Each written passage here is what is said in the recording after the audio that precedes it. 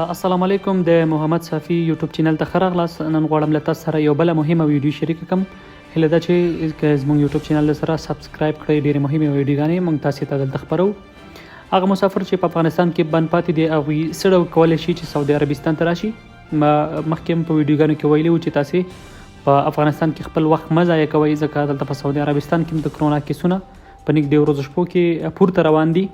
نن شاوخوا په 80 کیسونه، نو هیله ده چې تاسې نور هلته وخت مه ضایع کوئ او خپلو کارونو ته راشئ. زه نه غواړم چې ستاسې ویزې خرابې شي یا تاسې د په ستونزو کې یاستئ. نو هیله ده چې تاسې دغه ویډیو تر پایه وګورئ. نو دوستانو د ویډیو په اړه تاسې خپل نظر راته په کمنټ کې ولیکئ او زموږ دغه یوټیوب چینل هم سبسکرایب کړئ او ترڅنګ یې دغه ویډیو در سره لایک کړئ. خپل ملګرو ته ولیکئ، هغه ملګري چې په سعودي عربستان څخه تللي دي او په کابل کې بند پاتې دي. ګرانو دوستانو، لومړی تر ټولو تاسې ته مهمه دا ده چې تاسې باید د کرونا واکسین په افغانستان کې وکړئ او ترڅنګ هغه د وزارت الصحه چې کوم لینک دی هغې ته ولیږئ. هر کله چې تاسې هغه لینک ته ولیږل نو تاسې محسن کامل کیږئ.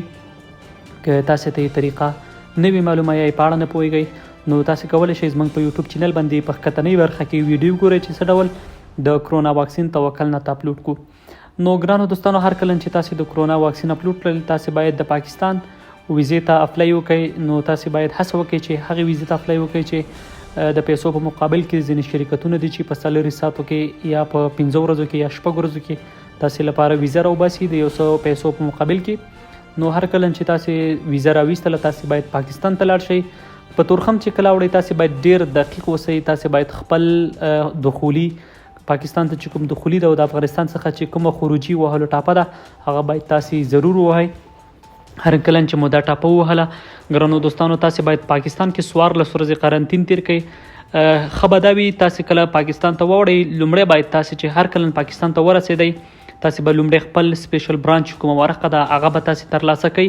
په هغې کې ستاسې ټول د سفر معلومات لیکل کېږي چې تاسې کله غواړئ د پاکستان څخه وځئ او ولې پاکستان ته راغلي یاستئ او څومره وخت پاکستان کې پاتې کېږي. تاسې باید بشپړ معلومات هلته تاسې صف کوئ او هغه ورقه له ځانه سره ولرئ. هر کله چې تاسو د سپیشل برانچ ورقه جوړه کړه تاسې باید سم د واره ټیکټ وکړئ او ځان لپاره د سعودي عربستان پیکیج واخلئ د قرنطین. نو ګرانو دوستانو، که چیرته تاسې مخکې د کرونا د قرنطین دغه پیکیج واخلئ سره د ځینې چې ما مسافرو سره زه وغږېدلم هغوی ویل چې تر 1,80,000 روپو پورې ټیکټ کېږي. د قرنطین مصارف سره هم دغه د قرنطین مصارف هم پرې راځي.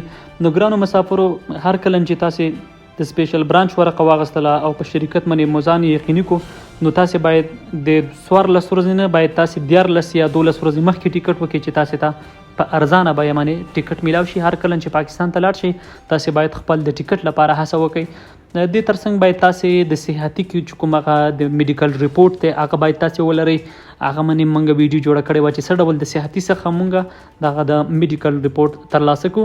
د دې ترڅنګ ګرانو دوستانو، تاسې باید د توکل نه چې کوم عکس دی هغه هم باید ځان سره ولرئ، هغه هم باید تاسې ورته وښایاست. د دې ترڅنګ مهمه ده چې تاسې باید 14 ورځې قرنطین هلته په سعودي حکومت لخوا چې 14 ورځې قرنطین دی هغه باید تاسې لومړی په پاکستان کې تیر کړئ او 4 یا 3-15 ورځو پورې تاسې کولی شئ په جده کې بیا قرنطین تیر کړئ. تاسې ته بیا د وتلو اجازه د هوټل څخه درکول کېږي. ګرانو دوستانو، بله مهمه خبره دا ده چې تاسې باید خروج عوده اکټیو وي، باید تاسې خروج عوده کې وخت وي. ترڅنګ باید تاسې په پاکستان کې د تیارې ته د تیارې پورته کېدو څخه مخکې باید تاسې ټیکټ وکړئ.